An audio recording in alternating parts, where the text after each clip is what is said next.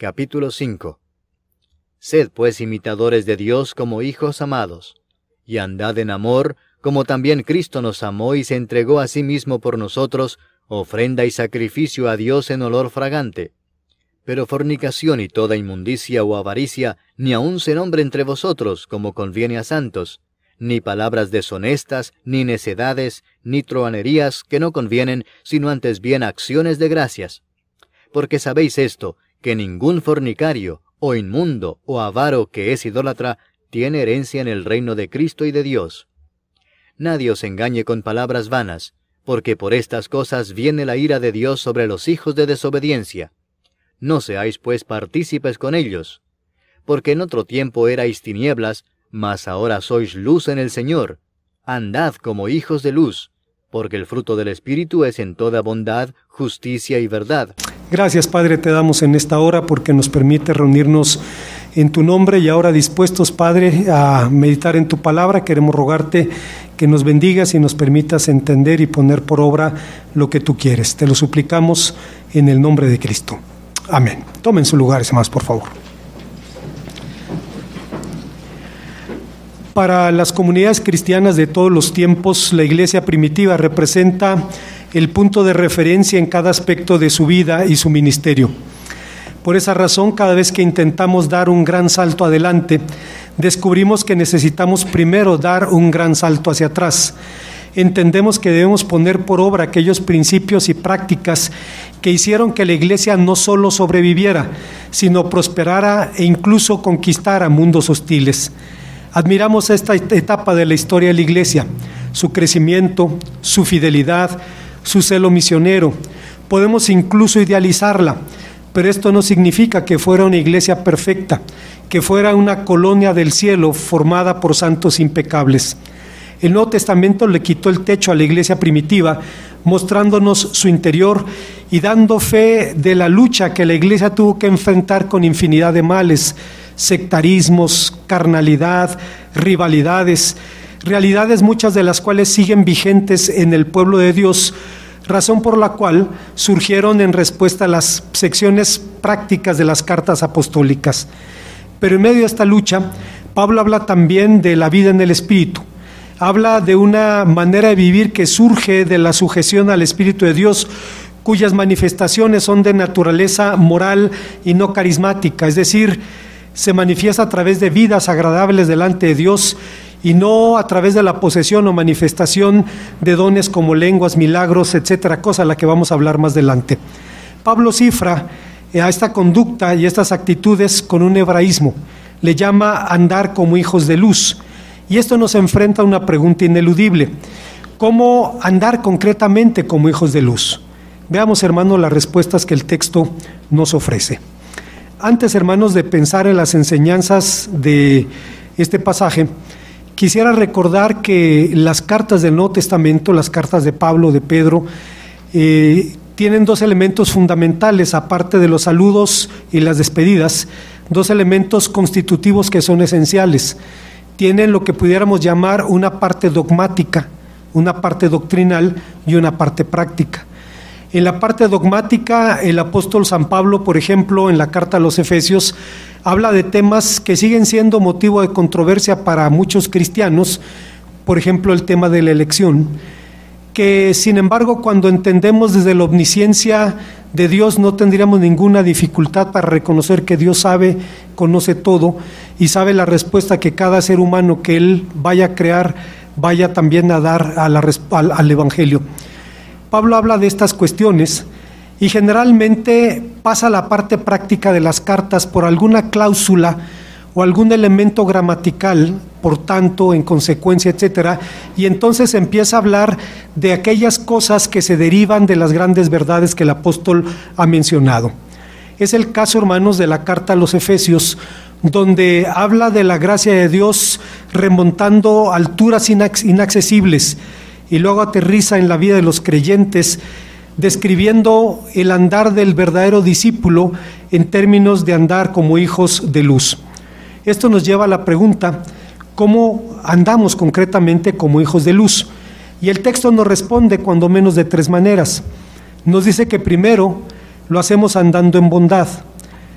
Antes, hermanos, de pensar en lo que esto significa, quisiera decir que creo que no tenemos que tratar de demostrar que por más de 400 años la Reina Valera ha sido la Biblia para los evangélicos de Hispanoamérica. Es un hermoso producto del siglo de oro de las letras castellanas, y tanto por su apego a las lenguas originales como por su cuidado en la traducción, ha ganado el amor y la reverencia de generaciones y generaciones de cristianos evangélicos y de judíos hispanoamericanos. Cuando un servidor fue al seminario a Lomas Verdes, supe que había una librería en la colonia Roma, en Acapulco 68, que se llamaba el Centro del Libro Hebreo. La dueña de la librería, para quienes la conocen, era Rosy Díaz, la misma cara de Rosy Díaz, una cara judía característica, una mujer muy amable, y entonces le pregunté por una Biblia judía en español, y me indicó dónde estaban, y con sorpresa descubrí que era la Reina Valera reeditada, es decir, reacomodaron los libros de la Reina Valera del Antiguo Testamento, la Ley, los Profetas y los Escritos, pero el texto de la Reina Valera, y fue una sorpresa para mí encontrar que las comunidades judías hispanoparlantes, al menos en la Ciudad de México, usaban la Reina Valera como si fuera su propia versión. Así es que 400 años de historia, el cuidado que pusieron en la traducción, el ser un producto del siglo de oro de las letras castellanas, le ha ganado la reverencia y el amor de generaciones y generaciones de creyentes evangélicos y judíos en Hispanoamérica. Sin embargo, eventualmente la Reina Valera presenta pequeñas variantes con respecto a manuscritos más antiguos que fueron descubiertos después de la producción de nuestra Biblia. Y un ejemplo de esta realidad es la expresión que en Efesios 5:1 nuestra versión traduce como frutos del Espíritu, mientras que versiones o manuscritos más antiguos hablan de frutos de la luz. Pero para el caso es lo mismo. Luz representa aquí el ámbito del Espíritu de Dios, la verdadera fuente de todo buen fruto en la vida cristiana y especialmente la verdadera fuente de toda bondad. Cuando Pablo habla de bondad, habla de un término que se deriva de un adjetivo, agathos, que Jesucristo utilizó en el Evangelio de Juan capítulo 10. Cuando decía yo soy el buen pastor, usaba un término que en griego significa bueno y bonito. Hay dos palabras en griego cuando menos para bueno, está kalos y agathos, y Cristo usó la segunda. Estaba hablando, hermanos, de que hay un encanto en el alma redimida cuando conoce a Cristo y le hace estar dispuesto a renunciar a todo a cambio de Él. Entendemos por qué el apóstol San Pablo decía que cuantas cosas para él eran ganancia, las tenía por basura a cambio de Cristo. Y podemos entender por qué Policarpo, obispo de Esmirna, más o menos en el tiempo del Apocalipsis, fue acusado de ser cristiano ante un magistrado romano y compareció ante él y dio fe de su relación con Cristo. Y el magistrado le decía, ten consideración de tu edad. Policarpo tenía unos 100 años más o menos. Ten consideración de tu edad, maldice a Cristo, es muy fácil, puedes vivir el resto de tu vida en paz. Y Policarpo le dijo, 86 años he servido a Cristo y nunca me he ofendido. ¿Cómo voy a faltar a mi Rey y a mi Señor?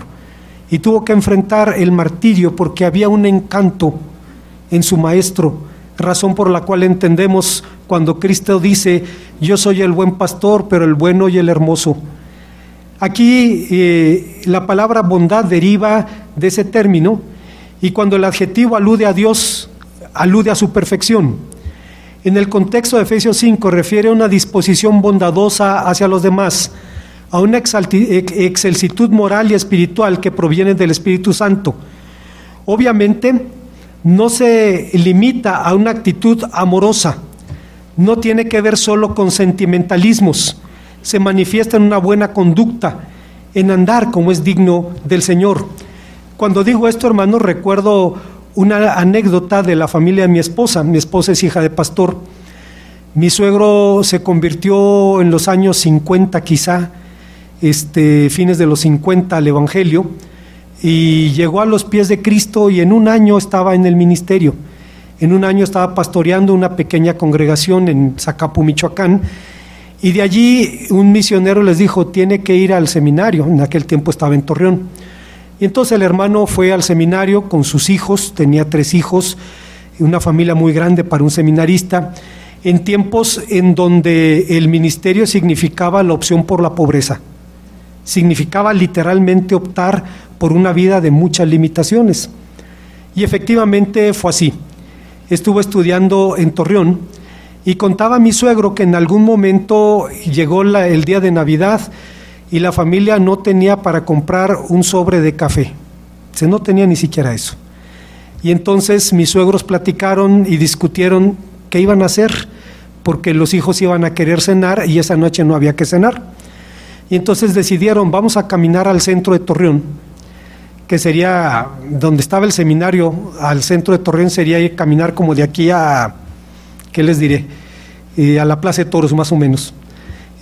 Vamos a llevarlos a caminar, viendo los aparadores, y cuando se regresen van a estar tan cansados que no van a querer cenar. Y lo hicieron. Se fueron caminando, mi suegro les dijo que era un concurso, que tenían que descubrir el aparador más bonito, pero de regreso ya venían arrastrando los pies, porque sabían que no había nada que cenar. Esa noche el director del seminario, que era don Santiago Crane, un tipo duro, muy duro, mi suegro fue pionero en la apertura de la comarca lagunera al Evangelio. Y los fines de semana era matarse literalmente en la obra. Para darnos una idea, Torreón tiene el tamaño de Querétaro, pero tiene 100 iglesias bautistas. Nosotros no llegamos a 10, ni siquiera la 10ª parte. En unos años hicieron una obra tremenda. Dice el hermano Crane, demandaba la obra práctica, pero el día martes esperaba que hiciera su examen de griego y sacara 10. Dice, era así, no era muy expresivo, pero esa noche de Navidad el hermano Crane estaba en su casa dispuesto a orar por su cena, y dice que él oyó que Dios le dijo, los Alarcón. Trató de orar otra vez y volvió a escuchar ese nombre, y como era el director tenía llaves de todos los departamentos, y fue al departamento de mi suegro, y no había nadie y no había nada, ni en la mesa ni en la alacena. Fue y tomó de su cena, llevó a la casa de mi suegro, dejó un cheque y se fue. Y ahora el problema de mis suegros era de despertar a los chamacos, ¿no? Porque venían rendidos, pero hay que despertar porque hay que cenar, ¿no? Años después mi esposa le dijo al hermano Crane, hermano, no le he agradecido lo del incidente. Y él le dijo, déjame te platico cómo pasó, y le contó que fue Dios quien le dijo, tienes que compartir. Era un tipo duro, pero hermanos, cuando se trataba de abrir la mano o abrir el corazón, lo hacía. Benignidad o bondad no significa sentimentalismo, una actitud amorosa, no solo significa eso, se manifiesta más bien en la buena conducta, en un andar como es digno del Señor. Toda bondad aquí es antónimo de toda malicia, de lo que Pablo habla en Efesios 4:31. ¿Cómo se materializa entonces esta disposición bondadosa en la vida de la iglesia? Se manifiesta primeramente en la preservación de la unidad. Claro que Pablo hablaba de la unidad de los hijos de Dios, de la unidad de los que tienen el mismo espíritu, de una unidad que es obra y don del Espíritu Santo. El apóstol habla de una unidad que no se preserva mediante convivios sociales, por edificantes y necesarios que sean, pero la comunión o la unidad no se mantiene a billetazos ni a tortillazos, no se preserva mediante lazos de lealtad personal, porque tienen que ver con algo más grande que usted y que yo, tienen que ver algo más grande que todos nosotros juntos, tienen que ver con Dios y con su reino. No se preserva, mucho menos mediante la murmuración o la búsqueda de alianzas y complicidades. Estas cosas destruyen la unidad de la iglesia, le dan lugar al diablo. En segundo lugar, toda bondad significa vivir una vida nueva.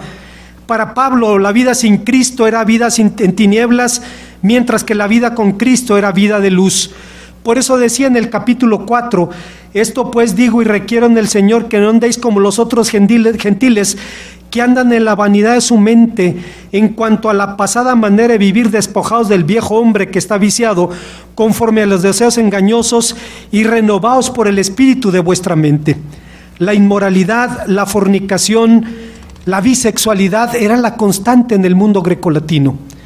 Cuando estudiaba en la prepa, nuestro profesor de filosofía nos contó algo que después tuve que buscar por mi cuenta, de Sócrates, quien era heterosexual.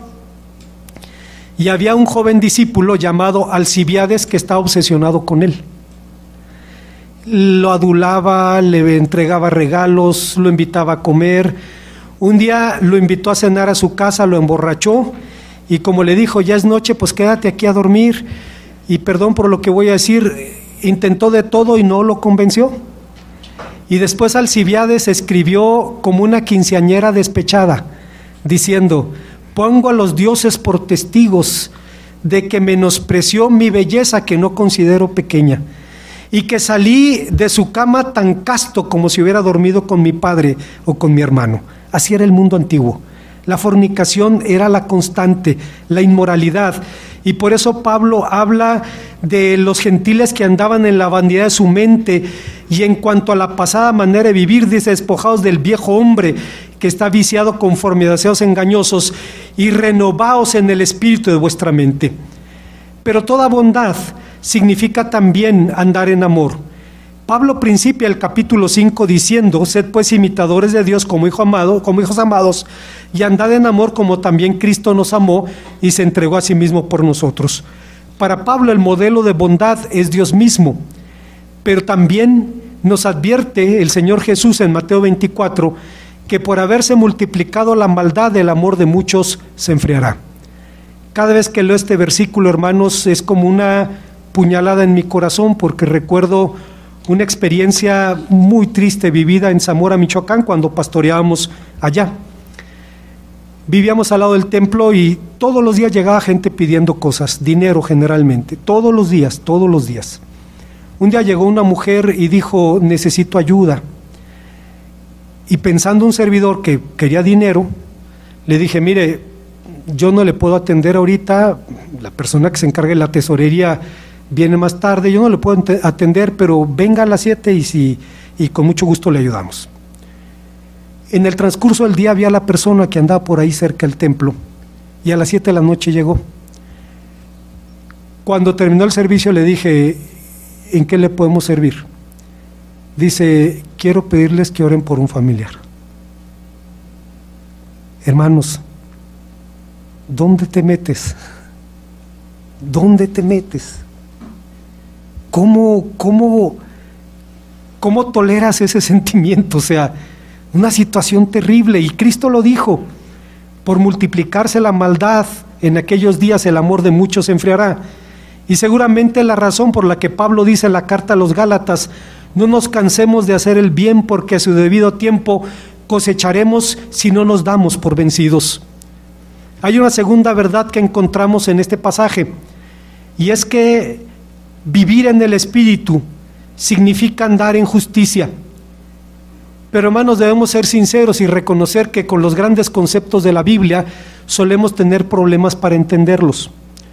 Recuerdo a San Agustín, quien dice: del tiempo todos sabemos lo que es hasta que alguien nos pregunta. Y lo cierto es que no tenemos mayores certezas de lo que es el tiempo que la que tenían los griegos hace 2500 años. Agustín decía: sabes lo que es el tiempo, pero cuando se lo vas a explicar a otro le batallas. Pues lo mismo nos pasa con los grandes conceptos de la Biblia.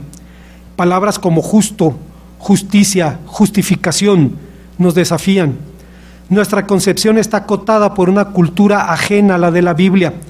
Fue la razón por la que Martín Lutero tuvo dificultades para entender la gracia. Cada vez que leía en la carta a los romanos, en el Evangelio la justicia de Dios se revela, entendía: se revela el juicio de Dios. Y solo fue por el Espíritu Santo que entendió que de lo que realmente Pablo estaba hablando era de la gracia, de la justificación por la fe. Nuestra comprensión está determinada por conceptos griegos o latinos que no tienen que ver con la esencia o con el espíritu de las Escrituras. El concepto griego de justicia gira en torno a la idea del justo medio, de darle a cada quien lo que le corresponde. El concepto bíblico es diferente.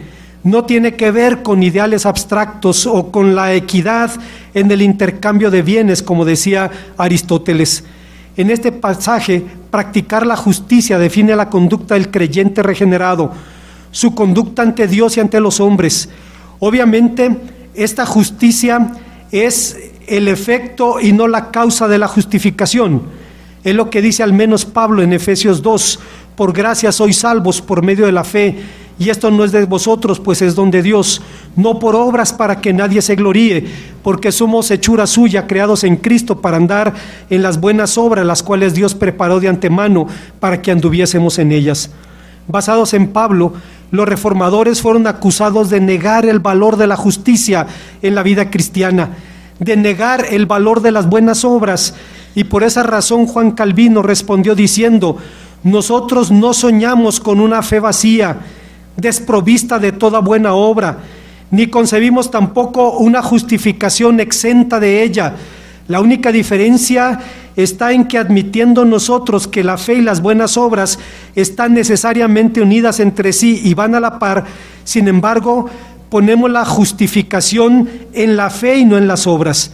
La razón de hacerlo así es fácil de ver, con tal de que pongamos nuestros ojos en Cristo, al cual se dirige la fe, de quien toma su fuerza toda virtud. ¿Cuál es pues la razón de semejante justificación por la fe? Sencillamente, por medio de ella alcanzamos la justicia de Cristo, por la cual únicamente somos reconciliados con Dios. Pero no podemos alcanzar esa justicia sin que juntamente con ella alcancemos también la santificación, como Pablo dice, porque en él hemos sido hechos sabiduría de Dios, justificación, santificación y redención. Pablo decía, las buenas obras son importantes en la vida cristiana, pero no te alcanzan para la salvación. Son la consecuencia de la salvación. Para Pablo la justificación tiene que ver con una vida de testimonio de esa justificación. Oswald Chambers, un predicador británico del siglo pasado, dijo que el carácter cristiano no se expresa mediante las buenas obras, sino mediante la semejanza con Cristo. No es suficiente hacer lo bueno o lo correcto. Debemos tener nuestra bondad sellada por la imagen y el sobrescrito de Cristo. A final de cuentas, es el reflejo de lo que Cristo es en este mundo. Obviamente, ser cristiano nunca ha sido fácil y no lo fue en los primeros siglos. Significó para los primeros cristianos enfrentar desafíos y retos que siguen vigentes de alguna forma en el presente. Pero uno de los argumentos más contundentes con el que el cristianismo exhibe o proclama el Evangelio es precisamente la justicia, la vida regenerada. Fue andando en la luz. Es interesante, hermanos, que Plinio el Joven, un jurista y científico romano muy famoso, consultó en cierta ocasión al emperador Trajano sobre el trato que debía darle a los cristianos, y como el juez imparcial que fue, también le dio testimonio al emperador del trato que había dado para con los cristianos. Escucha ahora la norma de conducta que he perseguido con relación a los que me han sido denunciados como cristianos, decía Plinio. Les he preguntado a ellos mismos si eran cristianos. A quienes lo confesaban les pregunté por segunda y por tercera vez, amenazándolos con el suplicio. A los que perseveraban los he mandado ejecutar. Cualquiera que sea el significado de su confesión, estaba seguro de que habría que castigar al menos esa terquedad y esa obstinación inflexibles. Plinio le dijo al emperador: no acepto acusaciones anónimas porque son bajeza. Y nos habla de la calidad moral del hombre, pero era un hombre pagano. Y dice, cuando los cristianos les pregunto 3 veces y se mantienen, pues los mando matar por tercos.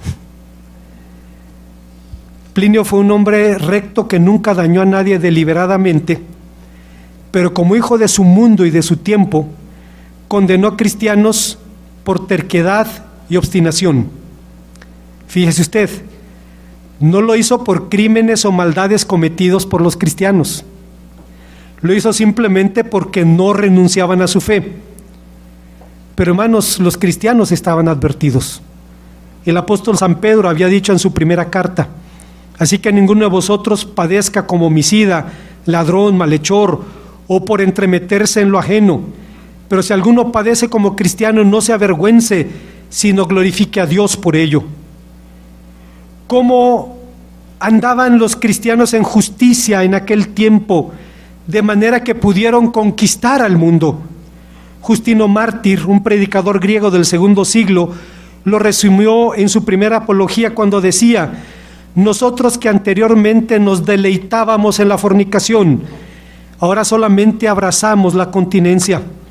Nosotros que antes recurríamos a las malas artes, ahora nos consagramos al bondadoso y eterno Dios.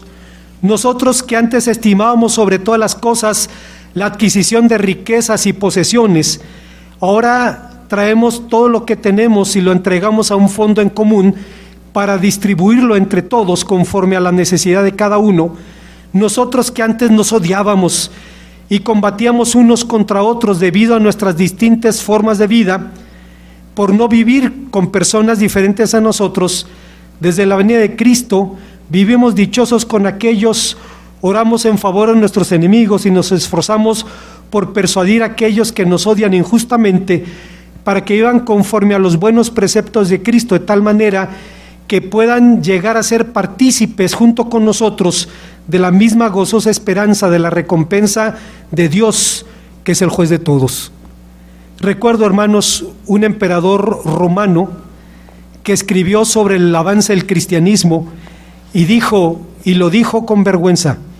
Dice: los cristianos son solícitos en atender a sus pobres y a sus necesitados, pero también a los nuestros, cosa que debiera avergonzarnos porque nosotros ni siquiera volteamos a verlos. Hay una tercera y última enseñanza en el pasaje, y el texto nos enseña, hermanos, que andar en el Espíritu significa andar en paz, andar en verdad. Cuando Pablo describe la vida en el Espíritu, habla de la paz como uno de sus más grandes corolarios. El marco de su afirmación es la bendición de la comunión fraternal, por la que, como ustedes saben, existe una enorme preocupación en el Nuevo Testamento. Dicha preocupación explica mucho de la vida y las enseñanzas de la iglesia primitiva. Y es que una de las formas más notables en la que el Espíritu se manifestó en el pasado y lo hace en el presente es justamente creando la unidad. Ya en Efesios 4, en los versículos 3 al 4, Pablo había mencionado algunas cosas que los cristianos tenemos en común: un cuerpo, un espíritu, una misma esperanza, un Señor, una fe, un bautismo, un Dios y Padre de todos, el cual es sobre todos, por todos y en todos. Pero dice Pablo, a pesar de ser un solo cuerpo, Dios ha dado diferentes dones a ese cuerpo. Y después de mencionar estos dones y decir que Él constituyó a algunos apóstoles, a otros pastores, a otros evangelistas, a otros pastores maestros, reconoce que la pluralidad de dones enriquece la unidad de la iglesia. Pero Pablo sabía que esa unidad venía del Espíritu y que el deber del creyente es preservarla.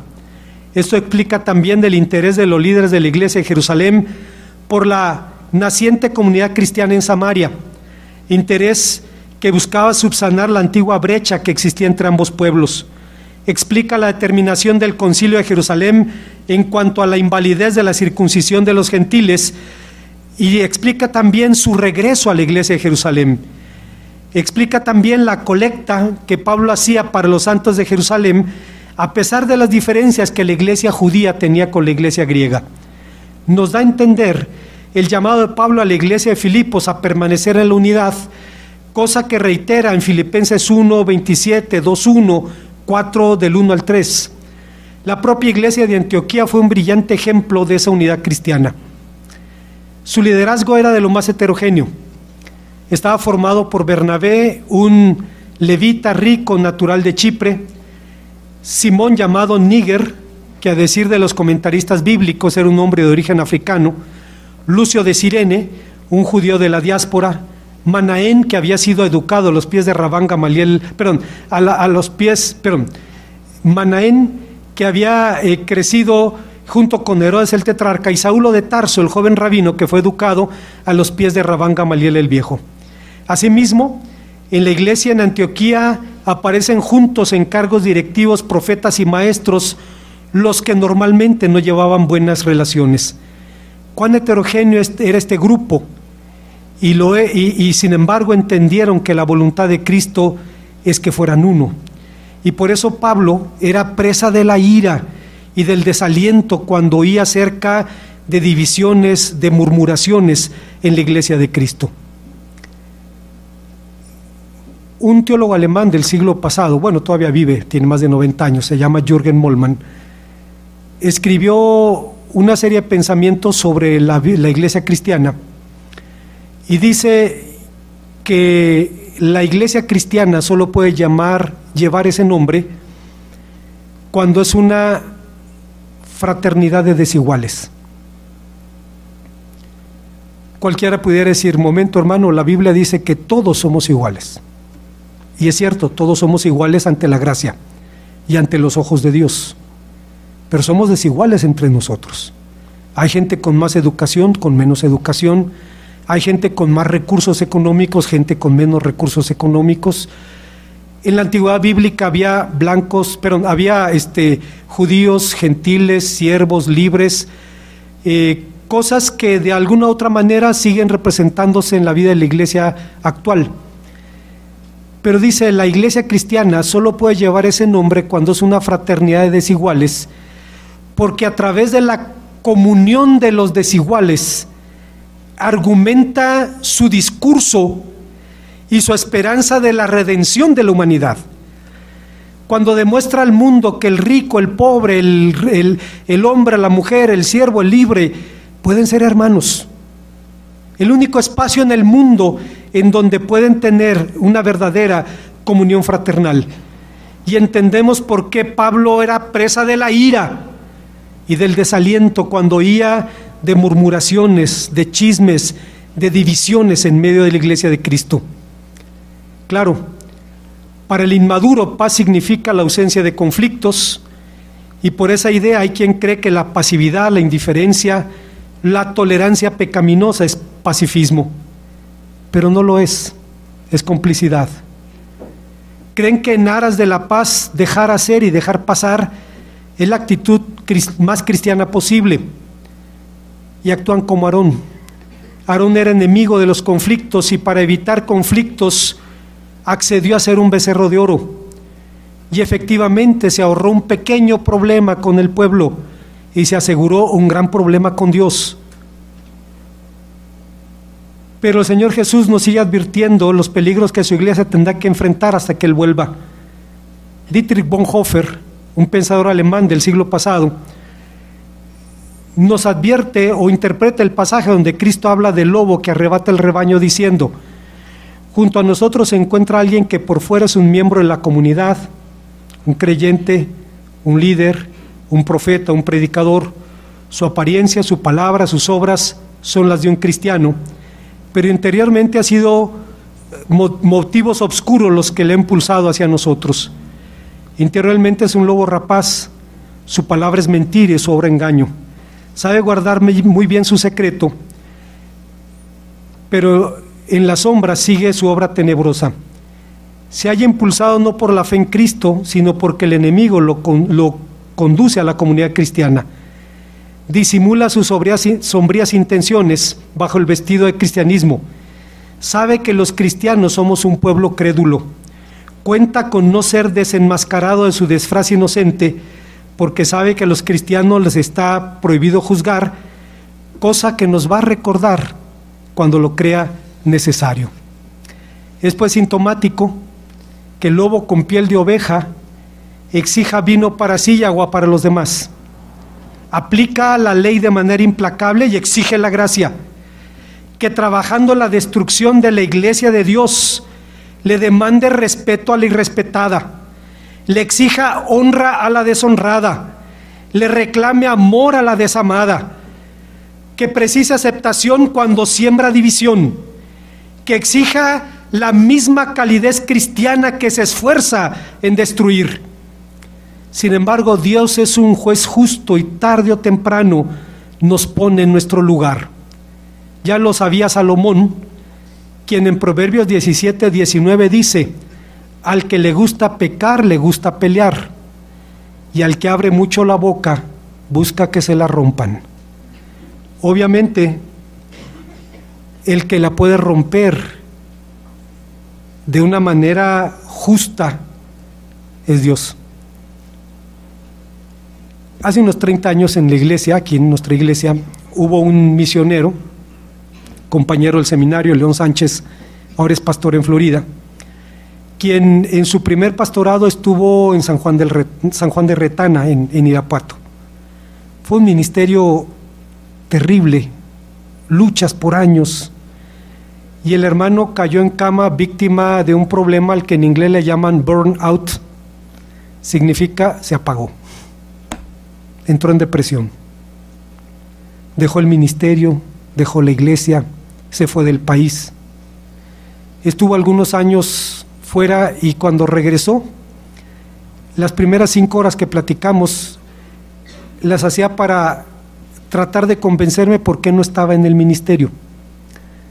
Yo le tuve que decir: León, tú y yo somos amigos, si estás en el ministerio o no, somos amigos. El llamamiento es irrevocable, y si Dios te llamó, Dios te va a regresar al ministerio, eso yo no tengo ningún problema, pero nuestra amistad no está de por medio.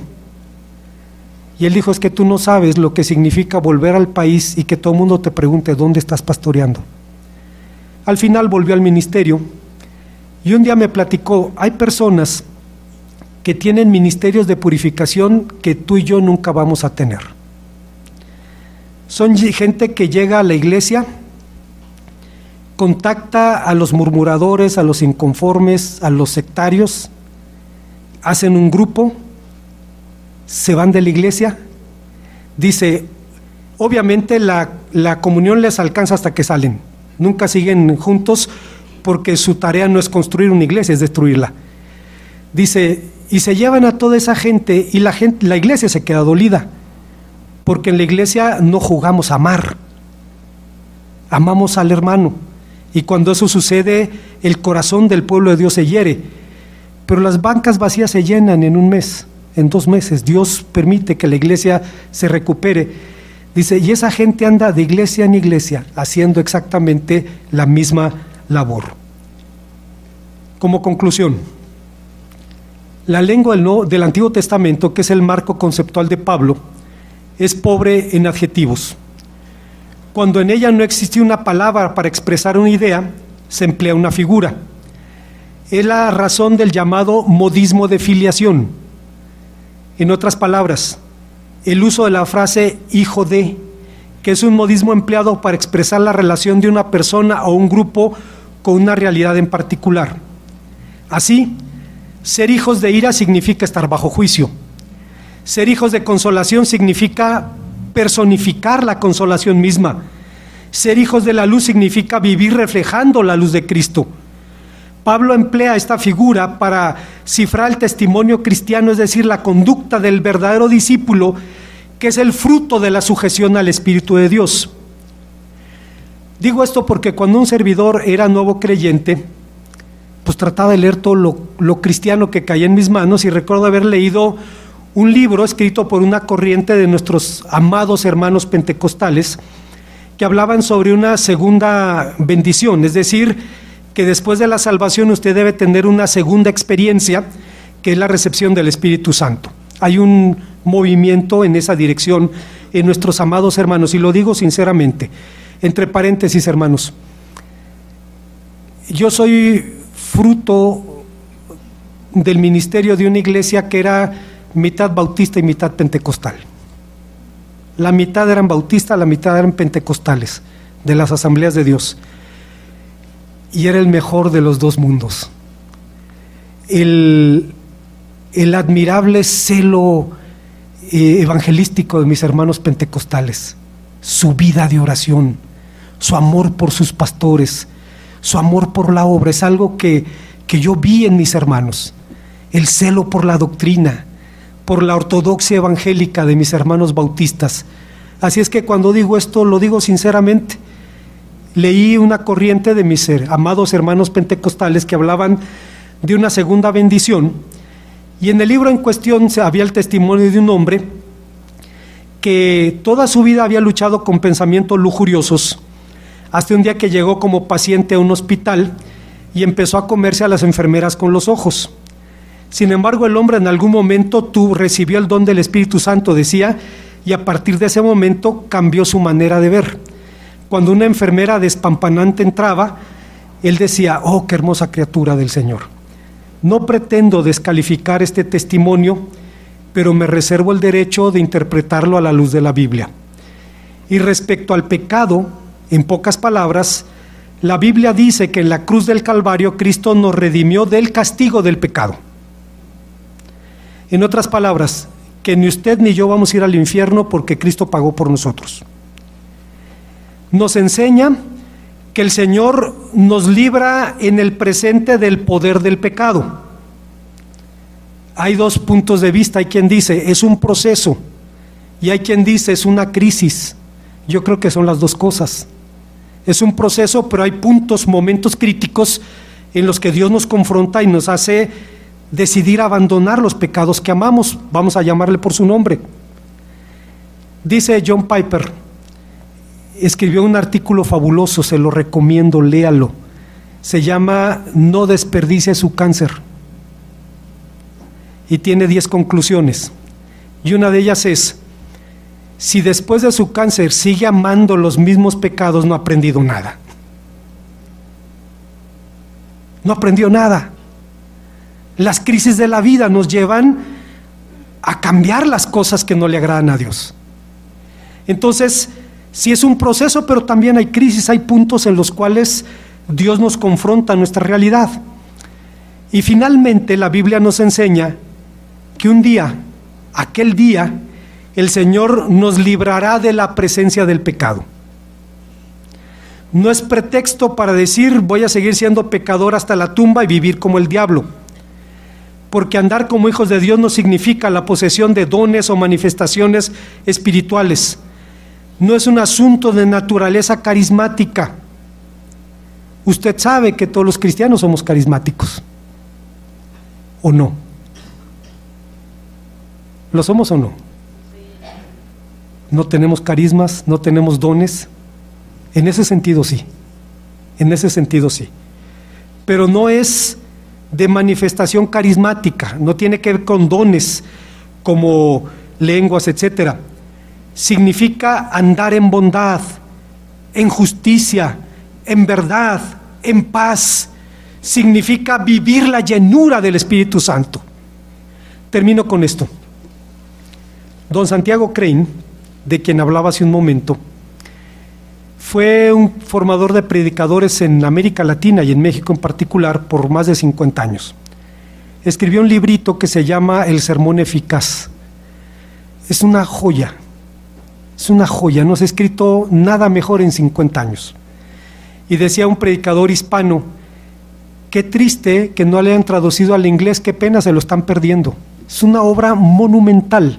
Lo escribió cuando era director del seminario en Torreón, en 1960.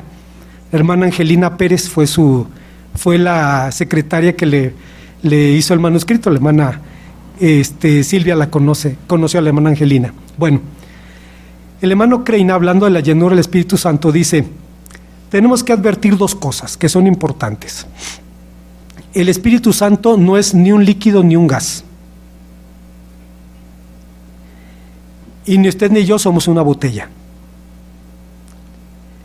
El Espíritu Santo es una persona divina, usted y yo somos una persona humana. La llenura del Espíritu Santo no es como llenar una botella de agua o de gas. Entendemos su significado en algunas expresiones de nuestra cultura. Cuando hablamos de una persona llena de odio, estamos hablando de una persona cuya principal motivación es el odio. Cuando hablamos de una persona llena de maldad, estamos hablando de una persona totalmente controlada por la maldad. Cuando hablamos de una persona llena del Espíritu Santo, estamos hablando de una persona sujeta y controlada por el Espíritu Santo. A final de cuentas, de lo que Pablo está hablando aquí, del andar en la luz, significa vivir sujetos al Espíritu de Dios. Con Cristo estoy juntamente crucificado, ya no vivo yo, mas Cristo vive en mí, y mientras vivo en esta carne, vivo por la fe del Hijo de Dios, el cual me amó y se entregó a sí mismo por mí. Solo así entendemos, hermanos, que cuando Cristo llena la vida, las demás cosas palidecen y se desvanecen. Solo así entendemos por qué aquel monje de la Edad Media que tuvo su encuentro con Cristo, cuando veía a las cosas y veía a Cristo, terminó diciendo: deseo poco, y lo poco que deseo, lo deseo poco. Que Dios hable, hermanos, a nuestro corazón. Oremos al Señor. Gracias, Padre Santo, te damos, porque nos permites una vez más reunirnos en tu nombre, y al hacerlo, Señor, venir a tu palabra y vernos en ese espejo, y avergonzarnos, Señor, de lo que vemos, y suplicarte, Señor, que nos permitas la docilidad ante tu Espíritu para vivir de acuerdo a tu voluntad. Que sea así, te lo rogamos en Cristo. Amén.